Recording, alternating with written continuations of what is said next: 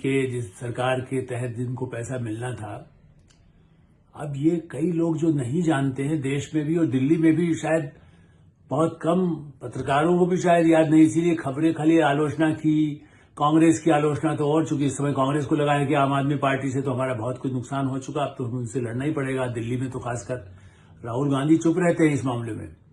वो अरविंद केजरीवाल जी के साथ हाथ खड़ा करके अपना संगठन अलग चलाना चाहते ही हैं, इंडिया गठबंधन जो कहते हैं, चाहे वो कितनी ही खराब नीतियां लालू यादव, तेजस्वी यादव बना रहे हों पहले, या वहां पर कहीं महाराष्ट्र में कुछ हो रहा था तो गठबंधन में है तो उनके साथ, चाहे वो झारखंड में है, जहां गठबंधन है तो वो जो करे उसमें कुछ हम नहीं बोलेंगे, बाकी राज्य की इकाई जाने। इसलिए चुनाव में भी हाथ तो इनके साथ मिला लिया था दिल्ली में। अब दिल्ली वाले पूरी तरह से कांग्रेस के लोग लड़ने के मूड में है, इसलिए मुझे याद दिलाना पड़ेगा।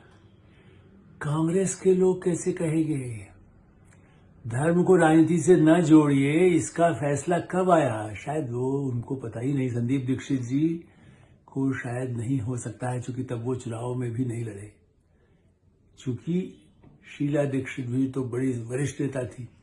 लेकिन दिल्ली में ऑल इंडिया इमाम एसोसिएशन या संगठन जो उनका है, उसने सुप्रीम कोर्ट से इसके लिए लाभ उठाने का काम किया था। कब?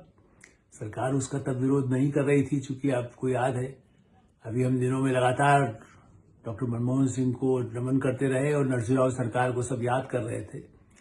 जिस समय अयोध्या की घटना के बाद जो अपीसमेंट के और प्रयास, जो शाहबानो के समय में, राजीव गांधी के समय में, वही कांग्रेस सरकार के भी कई लोग पक्ष में थे।